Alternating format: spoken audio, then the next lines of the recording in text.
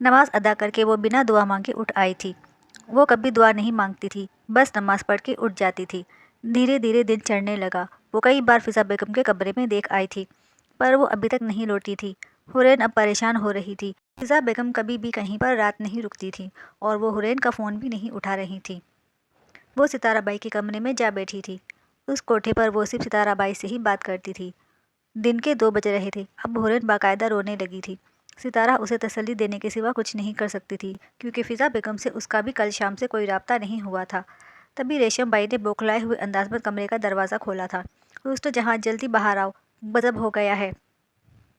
ریشم بائی نے تیز تیز سانس لیتے ہوئے کہا تھا۔ کیا ہوا ہے ریشم؟ ستارہ بائی نے ڈرے ہوئے لہجے میں پوچھا تھا، جبکہ حورین نے اپنے کانوں پر ہاتھ رکھ کر روتے ہوئے نفی میں سر ہلایا تھا۔ وہ کوئی بری خبر نہیں سننا چاہتی تھی، اپنی ماں کے متعلق تو بالکل بھی نہیں۔ چندا کچھ نہیں ہوا ہے، گھبراؤ مت، ستارہ بائی نے حورین کے کندھے پر ہاتھ رکھ کر کہا تھا۔ پلیز ستارہ آپی، میری امی کو لے آئیں، اس نے روتے ہوئے کہا تھا۔ چلو باہر چل کر دیکھتے ہیں، اور رونا بند کرو، ستارہ بائی نے اس کے آنسو صاف کر کے کہا تھا، اور اسے لے کر باہر آئی تھی۔ باہر صحن میں کسی کی میت رکھی تھی۔ حورین کے قدموں نے آگے بڑھنے سے انکار کر دیا تھا۔ میں مر جاؤں تب بھی میری کسی بات کا مان مت رکھنا، فضا بیگم کی آواز حورین کے کانوں میں گونجی تھی۔ نہیں، یہ کوئی اور ہے، میری امی بس آتی ہی ہوں گی، یہ کوئی اور ہے، اس نے اپنے ڈوبتے دل کو تسلی دی تھی۔ تب بھی اس کی نظر عامل پر پڑی تھی۔ وہ بھاگتے ہوئے اس کی طرف بڑھی تھی۔ عامل، امی کل سے واپس نہیں آئی ہیں، تم انہیں ڈھونڈ کے لاؤ نا، میرا دل گھبرا رہا ہے، مجھے ڈر لگ رہا ہے۔ عامل، عامل جاؤ نا، حورین نے اس کا بازو پکڑ کر کہا تھا۔ عامل نے بے بسی سے اسے دیکھا تھا اور پھر پیچھے رکھی میت کو۔ حور، آنٹی کا ایکسیڈنٹ ہوا ہے، آنٹی یہاں ہے، عامل نے میت کی طرف اشارہ کیا تھا۔ حورین نے کھینچ کر اسے ایک تھپڑ مارا تھا۔ وہ کسی کی لاش ہے، میری ماں نہیں، کہاں ہے امی؟ بولو عامل، حورین نے اسے گریبان سے پکڑ کر جھنجھوڑا تھا۔ حورین پلیز سنبھالو خود کو، عامل نے اسے کندھوں سے تھام کر کہا تھا۔ عامل پلیز مجھے امی کے پاس لے چلو، میری امی پتہ نہیں کہاں ہوں گی، مجھے ان کے پاس جانا ہے عامل، وہ اس کے سینے سے لگ کر رو رہی تھی۔ عامل کی آنکھ سے ایک آنسو نکل کر اس کے بالوں میں جذب ہوا تھا۔ ستارہ بائی نے کانپتے ہاتھوں سے کفن ہٹایا تھا اور منہ پر ہاتھ رکھ کر 2 قدم پیچھے ہوئی تھی۔ پھر روتی ہوئی حورین کو دیکھا تھا، جو عامل کی شرٹ سختی سے دبوچے روئے جا رہی تھی۔ چندا سنبھالو خود کو، ستارہ بائی نے اس کے سر پر ہاتھ رکھا تھا اور اسے عامل سے الگ کر کے اس کا رخ موڑا تھا۔ فضا بیگم کے چہرے پر نظر پڑتے ہی وہ لڑکھڑائی تھی۔ عامل نے فوراً اس کا ہاتھ تھاما تھا۔ کتنی دیر وہ بے یقینی کی کیفیت میں اپنی ماں کو دیکھتی رہی، پھر عامل سے ہاتھ چھڑا کر دیوانہ وار فضا بیگم کی طرف بھاگی تھی۔ امی، امی کیا ہوا ہے آپ کو؟ امی، امی اٹھیں نا، میں آپ کی ساری باتیں مانوں گی امی، پلیز ایسے نہ کریں، آپ کے سوا میرا ہے ہی کون، آپ مجھے اکیلا چھوڑ کر نہیں جا سکتی امی، پلیز امی اٹھیں نا۔ وہ ان کے سینے پر سر رکھے چیخی تھی۔ میں بہت بری ہوں، میں نے آپ کی نافرمانی کی، اس لیے آپ مجھے سزا دے رہی ہیں نا، آپ جیسا کہیں گی میں وہ کروں گی، پلیز ایک بار اٹھ جائے امی۔ وہ ان کا چہرہ ہاتھوں میں تھامے روتی چلی گئی تھی۔ عامل نے اس کے پاس بیٹھ کر اسے سہارا دیا تھا۔ عامل امی سے کہو نا اٹھ جائیں، وہ تمہاری بات مانیں گی، وہ ناراض تھی عامل، وہ مجھ سے ناراض تھی، سب میری وجہ سے ہوا ہے، میں بری ہوں، میری وجہ سے امی چلی گئی ہیں۔ وہ عامل کے گلے لگ کر چیخ چیخ کر روتی چلی گئی تھی۔ عامل نے اسے مضبوطی سے اپنے حصار میں لیا تھا۔ کچھ ہی دیر میں وہ خاموش ہو گئی تھی۔ عامل نے اسے سیدھا کیا تھا۔ حور، حور کیا ہوا ہے حور؟ عامل نے اس کا گال تھپ تھپایا تھا، مگر وہ بے ہوش ہو گئی تھی۔ عامل اسے اٹھا کر اس کے کمرے میں لے آیا تھا۔ ستارہ بائی بھی اس کے ساتھ آئی تھی۔ حورین کے ساتھ ستارہ بائی کو بٹھا کر وہ کفن دفن کا انتظام کرنے گیا تھا۔ رمشا اٹھو، ایک بریکنگ نیوز ہے، انشا نے اس کے کمرے میں آتے ہی اسے جھنجھوڑ ڈالا تھا۔ وہ ناول پڑھتے پڑھتے ہی سو گئی تھی۔ ہڑبڑا کر اٹھی تھی۔ کیا ہوا؟ پاکستان کا وزیر اعظم تبدیل ہو گیا ہے جو تم مر رہی ہو؟ رمشا اپنے بال سمیٹتے اٹھی تھی۔ پاکستان کا تو نہیں، پر تمہارا وزیر اعظم ضرور چینج ہونے والا ہے، انشا نے خوش ہو کر کہا تھا۔ تم سے کتنی بار کہا ہے سیدھی بات کیا کرو۔ رمشا اس کے سسپینس پھیلانے والے اندازے سے سخت چڑتی تھی۔ اریب نے بابا سے کہا، اس نے کہا کہ اسے تم سے شادی کرنی ہے، انشا نے سسپینس انداز میں کہا تھا۔ واٹ؟ اس کا دماغ خراب ہو گیا ہے کیا؟ رمشا کی نیند بھگ سے اڑی تھی۔ اس میں دماغ خراب ہونے والی کیا بات ہے، یہ تو محبت ہے میری جان، اس نے اس کے گال کھینچ کر کہا تھا۔ بھاڑ میں گئی محبت، میں ابھی جا کر بات کرتی ہوں اس سے۔ رمشا اپنا دوپٹہ لیتی بیڈ سے اتری تھی۔ واپس بھی اسی کروفر سے آنا، انشا نے ہونک لگائی تھی۔ تبھی اریب اندر آیا تھا۔ انشا باہر جاؤ، مجھے رمشا سے بات کرنی ہے، اریب نے انشا کو دیکھ کر کہا تھا۔ انشا دروازے کی طرف بڑھی تھی۔ ہاں تو اب بتاؤ، کیا بات کرنی ہے میری ہونے والی مسز کو مجھ سے؟ اریب دروازہ بند کر کے اس کی طرف مڑا تھا۔ تم نے بابا سے بات کیوں کی؟ رمشا نے سینے پر ہاتھ باندھ کر پوچھا تھا۔ بیکاز آئی لو یو، اریب نے فوراً کہا تھا۔ تمہارا مسئلہ کیا ہے اریب؟ کیوں مجھے پریشان کر رہے ہو؟ وہ جھنجھلائی تھی۔ تمہیں کس بات پر غصہ آ رہا ہے پہلے یہ بتاؤ، اریب نے تحمل سے پوچھا تھا۔ پہلے تمہاری کچن والی حرکت پر اور اب بابا سے بات کرنے پر مجھے غصہ آ رہا ہے، رمشا نے اسے دیکھتے ہوئے کہا تھا۔ غصہ میری محبت پر آ رہا ہے یا اظہار کے طریقے پر؟ اریب نے سنجیدگی سے کہا تھا۔ تمہارے منمانی کرنے پر، وہ رخ موڑ گئی تھی۔ اگر منمانی نہ کروں تو شادی کر لو گی؟ اریب نے مسکراتے ہوئے پوچھا تھا۔ سوچوں گی پھر، رمشا نے گویا احسان کیا تھا۔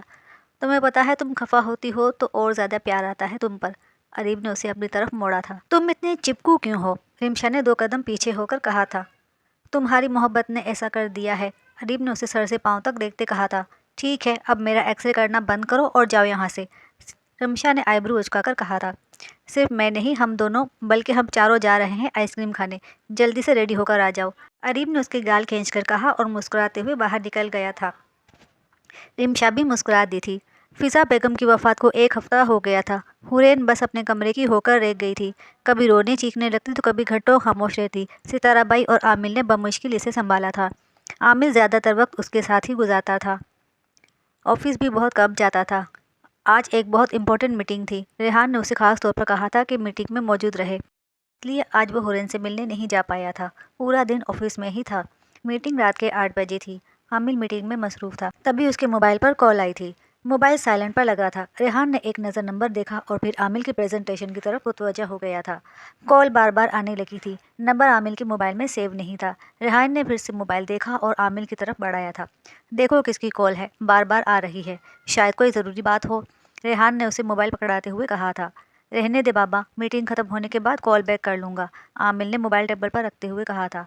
تب کیا فائدہ، سامنے والے کو اب بھی ضرورت ہو تو جاؤ پوچھو کون ہے۔ ریحان کے کہنے پر اس نے ذرا سائیڈ میں ہو کر کال یس کی تھی۔ ہیلو، جی میں عامل، آپ کون؟ وہ ٹھیک تو ہے نا؟ واٹ؟ Are you mad? ایسا کیسے ہو سکتا ہے؟ مجھے نہیں پتا، روکو انہیں فوراً، اگر ایسا ہوا تو میں جان لے لوں گا سب کی، جلا کے راکھ کر دوں گا سب کچھ، وہ ارد گرد کی پرواہ کیے بغیر چیخا تھا۔ کیا ہوا ہے عامل؟ ریحان فوراً اس کے پاس آیا تھا۔ میں آ رہا ہوں، ابھی آ رہا ہوں، تم انہیں روکو، فوراً روکو انہیں، مجھے کچھ نہیں پتا، اسے کچھ نہیں ہونا چاہیے۔ ریحان کو جواب دیے بنا وہ باہر کی طرف بھاگا تھا۔ عامل کیا ہوا ہے بتاؤ تو صحیح، ریحان نے اسے پکارا تھا مگر وہ جا چکا تھا۔ ریحان بہت پریشان ہو گیا تھا، فل اسپیڈ میں گاڑی ڈرائیو کرتے ہوئے اس کے ہاتھ کانپ رہے تھے، آنکھوں میں آئی نمی کو وہ بار بار صاف کر رہا تھا۔ نہیں، ایسا نہیں ہونا چاہیے، پلیز اللہ ایسا مت کرنا، میری غلطی کی سزا اسے مت دینا، یا اللہ اس کی عزت کی حفاظت کرنا، اس نے روتے ہوئے دعا کی تھی۔ تم عامل ہو؟ میں ستارہ بات کر رہی ہوں۔ حورین ٹھیک نہیں ہے عامل، حسنہ بائی نے تمہیں کال کی تھی پر تم نے اٹھائی نہیں، حسنہ بائی حورین کو نیلام کر رہی ہے، آج اس کی بولی لگائی جا رہی ہے، تم پلیز جلدی آ جاؤ۔ ستارہ بائی کے الفاظ اس کے کانوں میں گونج رہے تھے، اگر میں ٹائم پر نہیں پہنچ پایا تو؟ اس سے آگے کی سوچ اس کا دماغ مفلوج کر رہی تھی۔ تو بولی شروع ہوتی ہے، 10 لاکھ میں، حسنہ بائی نے زوردار آواز میں کہا تھا۔ حورین کمرے کے بیچوں بیچ بنا دوپٹے کے سفید کپڑوں میں بیٹھی تھی، ساکت، خاموش، بنا احتجاج کیے، وہ سکون سے بیٹھی تھی۔ آس پاس شرافت کا چوہلا پہننے والے بہت سے شریف زادے بیٹھے تھے۔ 15 لاکھ، مجمع میں سے ایک شخص نے آواز لگائی تھی۔ 20 لاکھ، دوسری آواز گونجی تھی۔ 30 لاکھ، تیسری آواز بھی حورین کے ساکت وجود میں ہلچل نہیں مچا سکی تھی اور دوسری طرف عامل کی سانسیں اٹک رہی تھیں۔ 40 لاکھ، عامل کو لگا اس کا دل بند ہو جائے گا۔ 45 لاکھ، عامل نے دل میں اٹھنے والے درد کے باعث اپنے سینے پر ہاتھ رکھا تھا۔ کافی دیر خاموشی چھا گئی تھی، کسی نے 45 لاکھ سے اوپر بولی نہیں لگائی تھی۔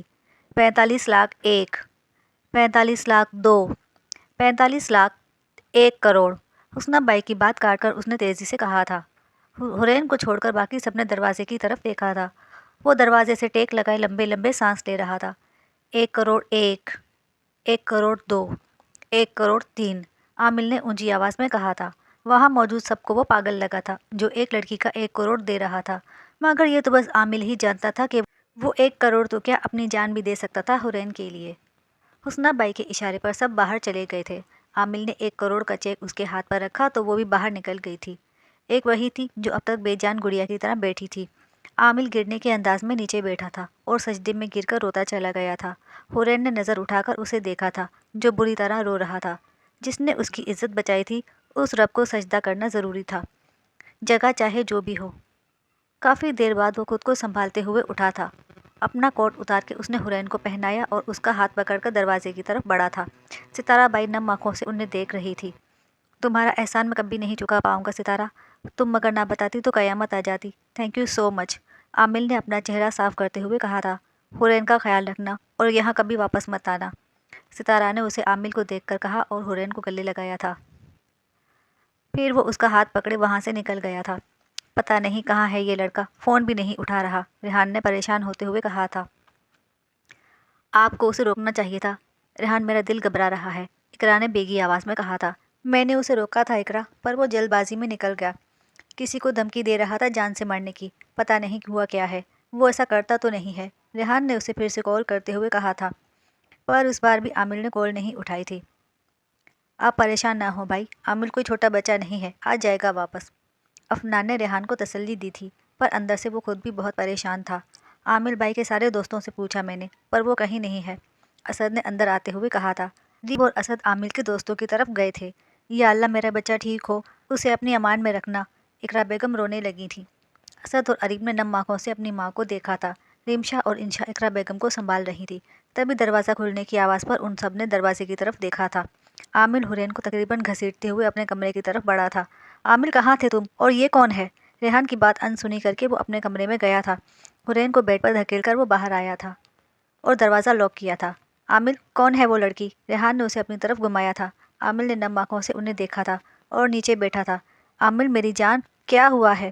اقرا بیگم نے اس کے کندھے پر ہاتھ رکھا تھا۔ وہ خود پر ضبط کرتے ہوئے چیخا تھا اور زور زور سے چیختا چلا گیا تھا۔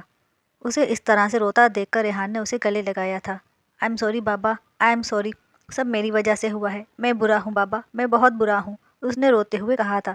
اقرا بیگم بھی روتے ہوئے اس کے پاس آ بیٹھی تھی۔ باقی سب بھی شدید شوق کے عالم میں اسے دیکھ رہے تھے، جو بچوں کی طرح رو رہا تھا۔ عامل ہوا کیا ہے بیٹا، مجھے پریشانی ہو رہی ہے، بتاؤ، ریحان نے بھری ہوئی آواز میں پوچھا تھا۔ آج اگر مجھے دیر ہو جاتی تو میں نے اسے ہرٹ کیا بابا، میں نے اسے تکلیف دی، آج وہ میری وجہ سے اس حال میں ہے، آج اسے کچھ ہو جاتا تو میں مر جاتا بابا، میں حور کے بغیر نہیں رہ سکتا، اس نے ٹوٹی ہوئی آواز میں کہا تھا۔ ریحان نے اسے خود سے الگ کر کے اس کے آنسو صاف کیے تھے۔ جو لڑکی اندر ہے وہ حور ہے؟ ریحان نے اسے دیکھتے ہوئے پوچھا تھا۔ عامل نے اسبات میں سر ہلایا تھا۔ تم اس سے پیار کرتے ہو؟ جی بابا، میں اس سے بہت پیار کرتا ہوں۔ تو مسئلہ کیا ہے، اس طرح کیوں لائے ہو اسے گھر؟ ریحان نے پیار سے پوچھا تھا۔ مجھ سے کچھ نہ پوچھے بابا، بس اسے میرے نام کر دیں، میرا نکاح کروا دیں اس سے، عامل نے ان کا ہاتھ تھام کر کہا تھا۔ ایسے کیسے نکاح ہو سکتا ہے عامل، اس کی فیملی کہاں ہے اور وہ اس حال میں ہے، اس کا کیا مطلب ہوا؟ ریحان کو پریشانی ہوئی تھی۔ اس کا کوئی نہیں ہے، پلیز بابا، پلیز میرا نکاح کروا دے، میں اس کے بغیر نہیں رہ سکتا، حور مجھ سے ناراض ہے، وہ مجھے چھوڑ کر چلی جائے گی، پلیز بابا، اس نے منت کی تھی۔ پر عامل، اس لڑکی کی رضامندی کے بغیر نکاح کیسے ہوگا؟ افنان نے الجھتے ہوئے کہا تھا۔ میں اسے منا لوں گا، چاچو بس آپ سب مان جائیں پلیز، وہ اٹھ کر افنان کے سامنے آیا تھا۔ ٹھیک ہے عامل، میں مولوی صاحب کو لے کر آتا ہوں، ریحان نے اس کے کندھے پر ہاتھ رکھ کر کہا تو وہ مسکراتے ہوئے ان کے گلے لگا تھا۔ تم فریش ہو جاؤ، اس حالت میں نکاح کرو گے کیا؟ افنان نے اس کی اجڑی حالت پر چوٹ کی تھی۔ میں اسد کے روم میں فریش ہو جاتا ہوں۔ اسد کے روم میں کیوں، اپنے روم میں کیوں نہیں؟ وہ حور بہت غصے میں ہے، بہت ناراض ہے مجھ سے، اس لیے ابھی اندر جانے پر میرے سر پھٹنے کے پورے چانسز ہیں، اس لیے احتیاط کر رہا ہوں، ریحان کے پوچھنے پر اس نے سر کھجاتے ہوئے معصومیت سے کہا تھا، اور اس کی بات پر باقی سب کا کہا بلند ہوا تھا۔ عامل اسد کے روم میں گیا تو اقرا بیگم حرین کے پاس آئی تھی۔ وہ بیڈ پر بیٹھی گھٹنوں میں سر دیے رو رہی تھی۔ اقرا بیگم نے اس کے سر پر ہاتھ رکھا تھا۔ امی، حرین نے تڑپ کر سر اٹھایا تھا، پر سامنے اقرا بیگم کو دیکھ کر اسے مایوسی ہوئی تھی۔ اقرا بیگم اسے دیکھتے ہوئے اس کے پاس بیٹھی تھیں۔ شہد رنگ کی آنکھیں جو رونے کے باعث لال ہونے سے مزید خوبصورت لگ رہی تھیں، لمبی ناک جس میں چھوٹا سا نک چمک رہا تھا، اور پنکھڑی جیسے ہونٹ، اوپری ہونٹ کا کٹاؤ اتنا خوبصورت تھا کہ دیکھنے والا نظر نہ ہٹا پائے، کمر سے نیچے آتے لمبے ریشمی بال، بے شک وہ اتنی خوبصورت تھی کہ عامل ریحان شاہ جیسا خوبصورت اور مکمل مرد اس کے نام کی تسبیح پڑے اس کے آگے پیچھے پھرے۔ اقرا بیگم کو وہ بہت پسند آئی تھی۔ میں عامل کی امی ہوں۔ حرین کے سوالیہ نظروں سے دیکھنے پر اقرا بیگم نے اپنا تعارف کروایا تھا۔ حرین پھر سے سر جھکا گئی تھی۔ تم وہی ہو نا جو عامل کے ساتھ یونی میں پڑھتی تھی؟ اقرا بیگم نے اس کا چہرہ اوپر کی طرف کر کے پوچھا تھا۔ حرین نے اسبات میں سر ہلایا تھا۔ عامل نے کیا کیا تھا تمہارے ساتھ؟ اس نے مجھ سے کہا تھا کہ اس نے تمہارے ساتھ غلط کیا، پر پوری بات نہیں بتائی، اقرا بیگم نے پیار سے پوچھا تھا۔ میں اس بارے میں ڈسکس نہیں کرنا چاہتی آنٹی، وہ بات میرے اور عامل کے درمیان ہی رہے تو اچھا ہے، حرین نے انہیں دیکھے بنا کہا تھا۔ صحیح بات کہی تم نے،